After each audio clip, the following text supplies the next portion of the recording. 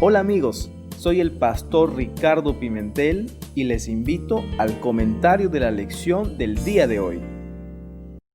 Hola amigos, bienvenidos a un nuevo trimestre de estudio. En esta oportunidad nos acompañará el pastor Lucio Acuña y juntos estaremos comentando la lección de este trimestre.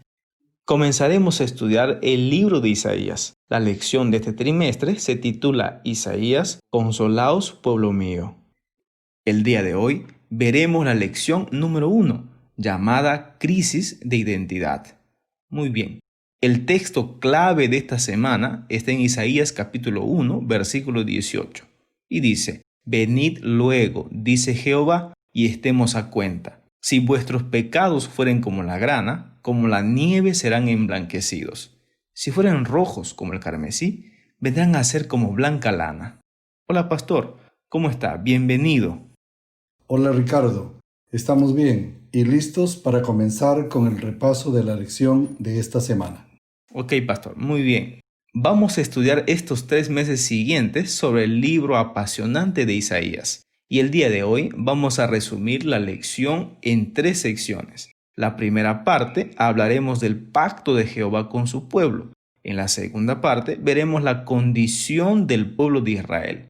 Y finalmente veremos el llamado de Dios al arrepentimiento. Veamos la primera parte. Pero antes de ver y de entrar a la primera parte, pastor, ¿quién era Isaías? Bueno, Isaías era un profeta de la corte, a diferencia de Amós y Oseas, que eran profetas del pueblo. Su nombre significa Jehová es salvación. Se le llama el profeta evangélico, porque es el profeta que tiene mucho contenido con el plan de salvación y lo que Cristo significa como nuestro Salvador. Muy bien. Entonces, ya el mismo nombre de Isaías le daba identidad al pueblo de Israel, porque su mismo nombre nos decía Jehová es el Salvador y no otro Dios. Ahora, Dios había hecho pacto con su pueblo. Pero ¿en qué consistía este pacto de Dios con el pueblo de Israel? Bien, en Éxodo capítulo 19, versículo 4 y 5 podemos leer: Vosotros habéis visto lo que he hecho a los egipcios, y cómo os he tomado sobre alas de águilas y os he traído a mí. Ahora pues, si en verdad escucháis mi voz y guardáis mi pacto, seréis mi especial tesoro entre todos los pueblos, porque mía es toda la tierra. Dios siempre se mantuvo fiel a ese pacto que había hecho con su pueblo. Lamentablemente, el hombre no respondió así. El hombre trató de darle la espalda a Dios. Exacto, pastor. Ahora bien, el pueblo de Israel en el tiempo del profeta Isaías estaba en apostasía abierta. Eran idólatras. Los mismos reyes, después de David y Salomón, habían fomentado esta condición. Isaías capítulo 1, versículos 2 al 4 menciona lo siguiente en la Biblia. Dice: Oíd cielos y escucha tu tierra, porque habla Jehová, crié hijos y los engrandecí, y ellos se rebelaron contra mí. El buey conoce a su dueño y el asno el pesebre de su señor. Israel no entiende, mi pueblo no tiene conocimiento. El Señor dice: oh gente pecadora, pueblo cargado de maldad, generación de malignos, hijos depravados. Tremendo lo que dice la Biblia. Y finalmente termina así: dejaron a Jehová, provocaron a ira al Santo de Israel, se volvieron atrás. Estas metáforas utilizadas por el profeta Isaías son para mostrarnos que Israel se había alejado más y más del camino de la santidad de Dios. Habían despreciado los preceptos divinos, tanto así que el Señor ya no podía tolerarlos más, de tal forma que era necesario una confrontación. Israel estaba sufriendo una crisis de identidad. Los ídolos los habían llevado a ir en contra de Dios y dejar de lado la imagen y semejanza de su Creador. Ahora, cuando vemos la realidad del pueblo de Dios en aquel tiempo, Isaías va a hacernos ver esta realidad comparándolo con Sodoma y con Gomorra, porque Isaías capítulo 1, versículo 10 dice: príncipes de Sodoma, oíd la palabra de Jehová, escuchad la ley de nuestro Dios, pueblo de Gomorra. En este texto bíblico se menciona Sodoma y Gomorra para mencionar que los israelitas estaban practicando un ritualismo putrefacto. Ellos vivían un cristianismo externo y hoy en día estamos viviendo una situación espiritual similar a la de esta, pastor.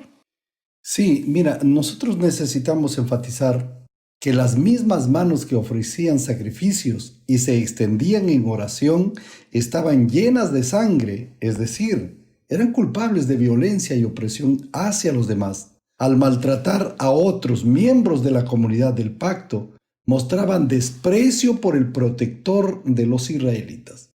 Los pecados contra los demás eran pecados contra el Señor mismo. Hoy en día también sucede lo mismo. Tal vez ya no estamos sacrificando animales como en aquel entonces, sino hoy hay muchos que viven una religión vacía, sin Dios. Algunos solo van los sábados a la iglesia, pero durante la semana se olvidan de su cristianismo. No se acuerdan de Dios. Viven sin Dios, porque solamente asisten los sábados, pero no para conectarse con Dios. No para que Dios guíe su vida, tal vez porque ya se convirtió en una costumbre. Y durante la semana viven como si no fueran cristianos, viven alejados de Dios. Y mira, el Señor no quiere que haya una relación así. El Señor quiere que haya una relación estrecha entre Él y sus hijos. Que no solamente seamos cristianos de sábado o solamente en el momento de los cultos, sino que aprendamos a temer a Dios, a llevarle en nuestro corazón donde quiera estemos, en la universidad, en el trabajo, donde quiera estemos, deberíamos con nuestra vida testificar de que realmente estamos en una comunión estrecha y permanente con Él.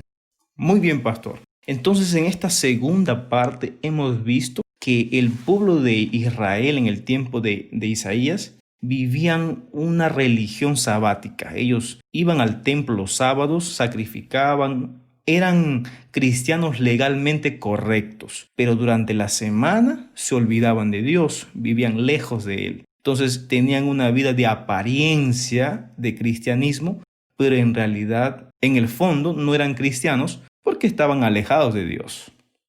Ahora, al entrar a la última sección, el Señor le hace una invitación a su pueblo. Isaías capítulo 1, versículos 24 al 26, dice lo siguiente: Por tanto, dice el Señor, Jehová de los ejércitos, el fuerte de Israel, tomaré satisfacción de mis enemigos, me vengaré de mis adversarios, y volveré mi mano contra ti, y limpiaré hasta lo más puro tus escorias, y quitaré toda tu impureza. Restauraré tus jueces como al principio, y tus consejeros como eran antes. Entonces te llamarán ciudad de justicia, ciudad fiel. Pastor, le hace un llamado el Señor a su pueblo. Le dice, yo te voy a limpiar, te voy a quitar tu impureza. ¿Verdad que sí, pastor? Claro, es interesante notar que el mismo profeta Isaías menciona que si el pueblo decidía estar dispuesto a obedecer a Dios, comería del bien de la tierra. Pero si le rechazaba el ofrecimiento del perdón y la restauración, serían consumidos por la espalda. Como la palabra de Dios misma dice, todo lo que el hombre sembrare, eso también segará. Pero vale resaltar aquí que Dios es un Dios de amor y libertad. Él no te obliga, no obliga a nadie. Deja al criterio de cada uno para que cada uno pueda tomar su decisión. Pero el Señor hace un llamado especial. Dice, venid luego, dice Jehová, y estemos a cuenta. Esta expresión, estemos a cuenta, significa razonemos juntos, pongámonos de acuerdo. En otras palabras, Dios los está llamando a reivindicarse, a dejar el pecado a un lado y ser puros, santos. ¿Cómo era eso posible? ¿O cómo sería eso posible? Solo por la gracia, porque Dios le dice que Él los limpiaría, pero si ellos aceptarían, se acercarían al Señor, el único que puede, por lo tanto, solucionar el problema del pecado es Dios, no es el hombre. Es Dios el único que puede perdonarnos, es Dios el único que puede limpiarnos, es el único que puede purificar nuestras vidas si nosotros cada momento acudimos a Él. Claro que sí. Tengamos mucho cuidado con la crisis de identidad. Nuestra identidad está marcada en Cristo, en su creación y redención. Somos hechura de sus manos. Jamás permitas que las cosas de esta vida o las amistades que te rodean te hagan olvidar tu origen. Tú le perteneces a Dios por creación. Él te creó con sus manos. Solo a Dios le debemos la gloria y la honra. Además, una adoración genuina por amor que finalmente nos dará una completa felicidad. Realmente hay una crisis de identidad, mas hoy Dios nos llama para que nos identifiquemos con nuestro Dios, nos identifiquemos con su pueblo, nos identifiquemos con la palabra del Señor. Entreguemos nuestra vida a Él, dejemos que Él guíe nuestra vida en cada momento de nuestros días. Muy bien, apreciados amigos, llegamos al final de este resumen de la lección y esperamos que pueda ser de bendición para ustedes. Que Dios les bendiga y tengan un excelente día.